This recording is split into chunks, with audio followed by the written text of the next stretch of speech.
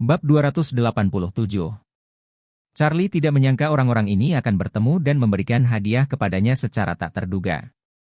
Apalagi hadiah yang mereka berikan lebih mahal. Kedua mobil sport itu dari kelas 40 juta. Cangkir anggur Chenghua Doucai dari dinasti Ming harganya setidaknya 50 hingga 6 juta. Warnia langsung memberi cek senilai 100 juta. Namun, ini benar-benar hal yang tidak penting bagi Charlie. Yang pertama adalah mobil sport, yang terlalu umum dan dia tidak terlalu menyukainya. Kedua, barang antik, terlalu canggih, dia tidak menyukainya. Mengenai uang, hal terakhir yang dia kurang adalah uang. Namun, melihat bahwa keempat orang ini menantikannya, sangat ingin menerima hadiah berbakti mereka, Charlie berpikir sejenak, tetapi tidak menolak, tetapi berkata dengan acuh tak acuh, "Oke, saya akan menerima sesuatu, Anda telah membawa saya." Karena mereka ingin mengikuti pelana mereka sendiri dan menjadi kekuatan mereka sendiri, itu harus diterima. Ketika semua orang melihat hadiah mereka diterima, mereka lega dan semua tersenyum.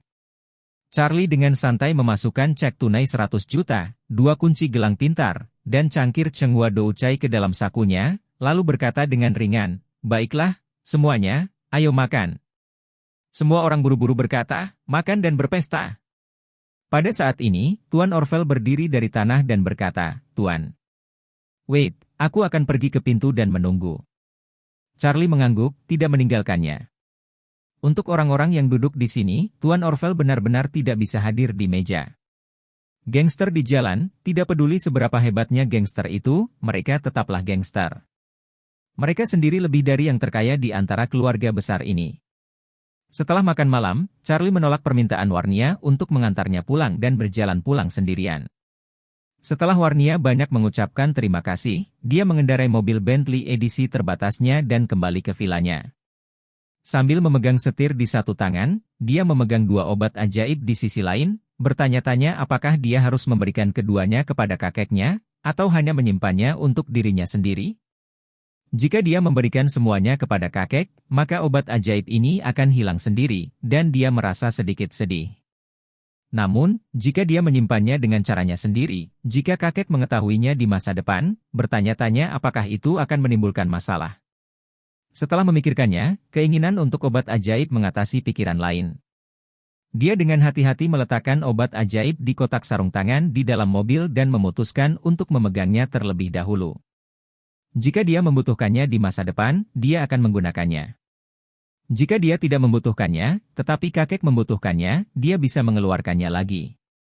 Pada saat itu, dia akan menawarkan kakek obat ajaib 2 kali untuk memperpanjang hidupnya. Dia percaya bahwa pada saat itu dia akan memperlakukannya berbeda. Ketika dia kembali ke rumah, Song, yang setengah berbaring di sofa, tidak bisa menunggu. Terakhir kali Charlie datang ke rumah, meskipun dia menyelamatkannya, dia tidak memperbaiki sistemnya. Dia masih agak tua dan sakit. Setelah beberapa hari istirahat, kesehatannya sedikit membaik. Tapi dia masih membutuhkan seseorang untuk membantunya berdiri atau berjalan di atas kruk. Untuk seorang tuan tua yang bangga dan mencapai banyak hal dalam hidupnya, ketidaknyamanan fisik menjadi penyesalan terbesar di masa tua mereka. Dan sekarang, dia menyematkan segalanya pada obat ajaib yang disempurnakan oleh Tuan Charlie Wade. Bab 288. Jika cucu Warnia bisa mendapatkan kembali obat ajaib itu dan memberikannya padanya, dia pasti bisa menyingkirkan masalah saat ini dan mendapatkan kembali perasaan kuat dan sehat 10 atau 20 tahun yang lalu. Ketika Warnia datang dengan membawa pil obat ajaib, Tuan Song berjuang untuk duduk tegak, dan bertanya dengan gemetar, "Warnia, Tuan Wade yang memberikan obatnya." Warnia mengangguk berulang kali, menawarkan pil dengan kedua tangan, dan berkata, "Kakek, ini adalah obat ajaib yang Tuan Wade perbaiki kali ini.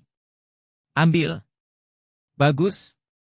Guru tua Song berkata beberapa kali dengan penuh semangat, dan kemudian bertanya, "Apakah Tianqi sudah mengambilnya?" "Dia telah mengambilnya." Warnia berkata, "Tuan." Si hanya mengambil setengah kapsul sesuai dengan instruksi Tuan Wade, dan semua luka lama dan penyakit yang membandel disembuhkan. Luar biasa. Segera setelah dia mendengar ini, Tuan Song menjadi bersemangat dan berkata dengan gemetar, "Ini sangat menakjubkan dan cepat. Beri aku air dan aku harus mengambil ini sekarang." Orang-orang di sekitarnya langsung membawakan semangkuk teh. Putra dan keturunan keluarga Song berdiri di depan Tuan Tua, menunggu untuk melihat saat keajaiban lahir. Keturunan keluarga Song sekarang berharap Tuan Tua dapat hidup beberapa tahun lagi dan dapat melindungi keturunan ini lebih banyak. Oleh karena itu, mereka juga berharap agar Tuan Tua dapat meningkat setelah minum obat ajaib. Tuan Tua menelan pil itu dengan gemetar dan meminumnya dengan air hangat. Setelah pil masuk ke perut, itu segera berubah menjadi ledakan energi, yang menyapu seluruh tubuh melalui semua meridian Tuan Tua. Segera setelah itu, Tuan Tua merasa seluruh tubuhnya berulang kali disuntik dengan energi, jadi dia mencoba berdiri tanpa menggunakan tongkat.